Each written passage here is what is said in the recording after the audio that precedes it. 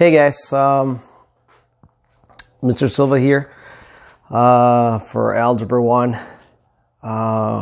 Telling you, if I knew this was going to be so much work, I would rather have school than this.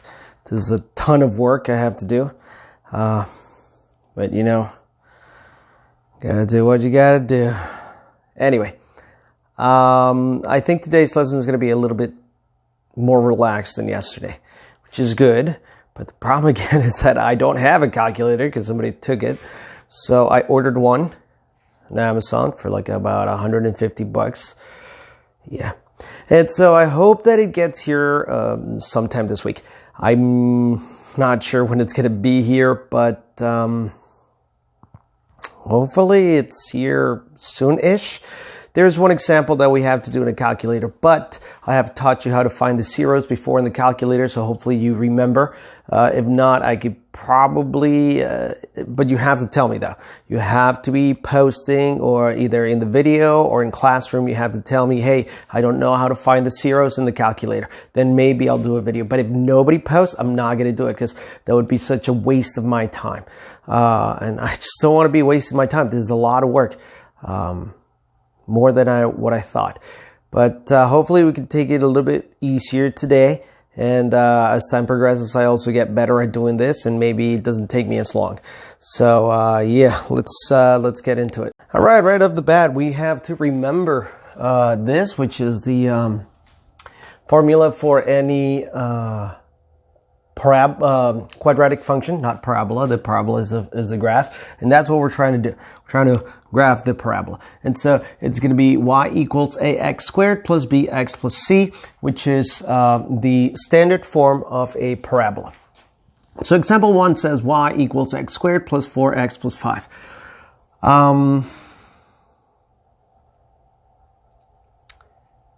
This is going to also be something that you have to know. So first thing that we have to do is find the axis of symmetry. Hopefully you remember that the axis of symmetry is found by x equals negative b over 2a. That's how you find the axis of symmetry, right? Negative b over 2a. So negative b, according to this here, so b is going to be 4, and negative obviously is going to be negative 4. So x is going to be negative 4 over 2, and a here is 1. So negative 2. So x is going to be negative 2. So step 1 complete. So step 1. I almost wrote step. You see what happens?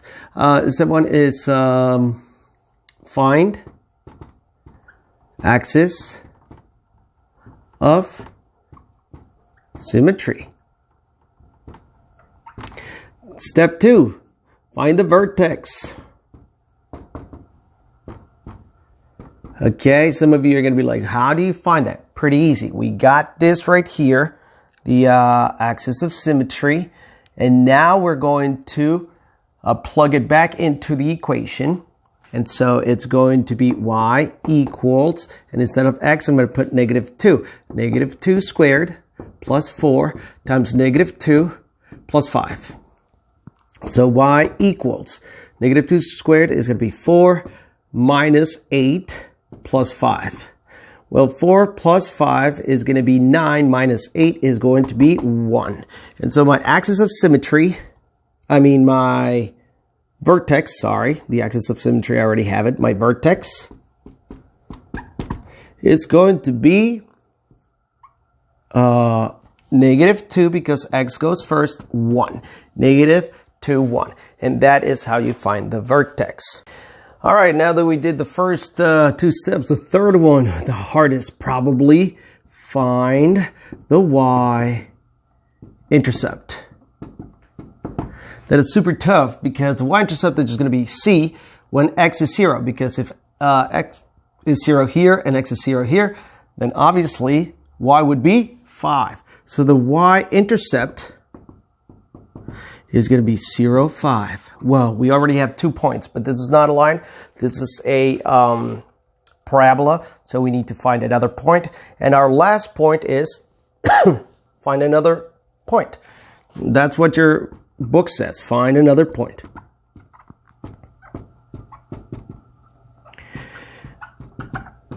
right? So to find another point, what you need to do is just plug an x value here. However, pay attention because of the vertex. The vertex is the point of inflection, and because it's positive, it's going to open upwards like a happy face. Happy face, yay.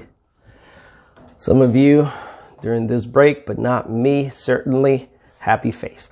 And so what is going to happen is that because it's a happy face, we know that to the left of it, -2, if I go in the x-axis, I'm not going to draw the y, just the x-axis. If this is 0, this is -2. I already have the point for -2 in x, -2, 1. That's a vertex. And I have 1 in the y-intercept, which is 0, 5, right? So I need to find a point to the left of the vertex, because if not, it kind of doesn't make any sense. So I'm going to use, I could use -3 or -4. Well, let's actually use -4. So I'm going to use -4, and it's going to be y equals -4 squared plus 4 times -4 plus 5. So -4 squared is going to be 16 plus, minus 16 plus 5. Well, 16 minus 16 is 0, so y equals 5. Look at that. What an easy point to find. I found another point, which is going to be -4, 5. So now that you have 3 points, you can actually graph it. I'm not going to graph it, but you should know how to graph it.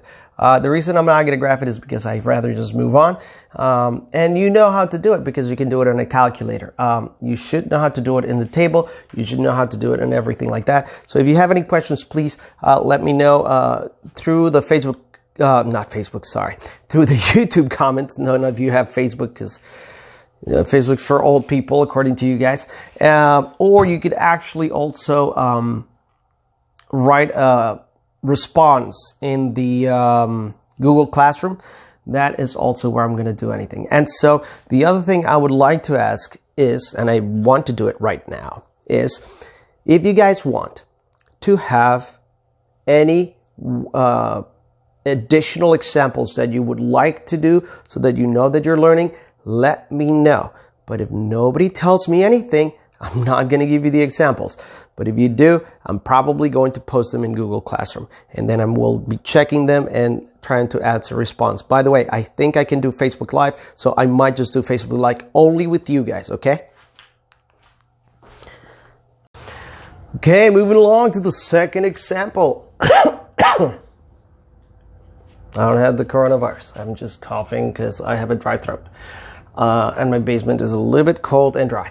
Y equals 3x squared plus 18x plus 13. All right. So that's what we need to do. So step 1, find the axis of symmetry. Now understand the difference between this example and the first example is that now we have a coefficient in the first term, and our leading coefficient is positive. Yes, it is positive. So again, it's going to open upwards again, right? And now what we're going to do is find the axis of symmetry. The axis of symmetry, again, is -b over 2a. I'm always going to kind of write the little formula so that you guys memorize them. You need to memorize them. You have to know them for tests and whatnot. All those of you who are in regulars, your test is probably going to tell you what it is anyway. So -b over 2a. So b is going to be 18. So x is going to be -18 over 3.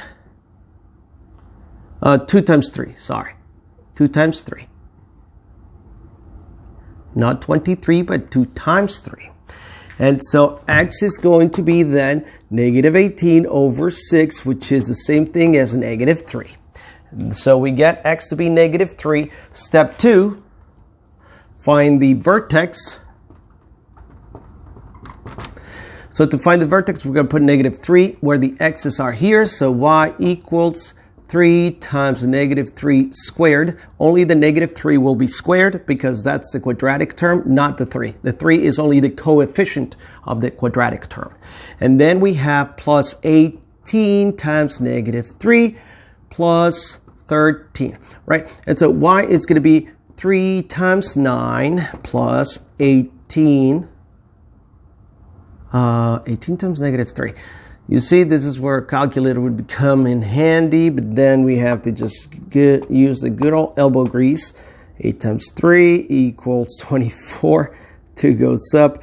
1 times 3 is 3, plus 2 is 5. 54 minus 54, because positive and negative is that, plus 13. So this is going to be y equals 27 minus 54 plus 13. What I'm going to do before I subtract 54, though,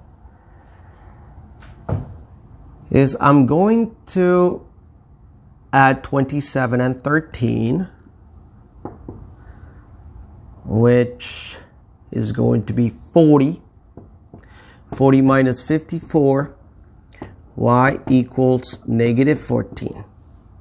Okay, so my vertex, according to what I got, is going to be negative 3, negative 14. Okay? All right, so I had to stop it just to make sure that I had the right vertex, because I thought it was a little bit big. But that's the vertex. That's what the example says. So example 3 is find the y-intercept. The y-intercept then is going to be whatever c is, which is one of the easiest things to do. So it's going to be 0, positive 13, because it's plus 13. Yay, we found it. Now, because it's a negative 3 and this is in 0, I have to find the fourth step, which is a third point. And so the third point has to be to the left. This time I'm going to choose negative 4, because I don't want to make it too big, because then I have to multiply 5 times 18, although 5 times 18 is 90. So let's actually do negative 5. That's pretty easy. So I'm going to find other point. Because this 0 is going to be to the right of my parabola, I need to find one to the left. And to the left, I have to find negative 5. So I'm going to say x is going to be negative 5. I'm going to plug in negative 5 there. So it's going to be y equals 3 times negative 5 squared plus 18 times negative 5 plus 13. Yay. And so y equals negative 5 squared is going to be 25. Right? Times 3 is going to be 75. Hopefully you guys know that. It's not that hard. Minus 90 plus 13. Again, before I subtract 90, even though it would be kind of easy because it would be negative 15, I could do that. I could do negative 15 plus 13, and so it would give me negative 2, which is exactly the answer. So I'm just going to do that instead of just going around. So my next point is going to be negative 5. Negative 2. Look at that. I have 1 point, I have 2 points, I have 3 points, and now I can graph. Okay, now moving to the last example I'm going to do today, because I don't have my calculator, if you paid attention before. And so this one right here, it's going to be pretty easy because we don't have a linear term.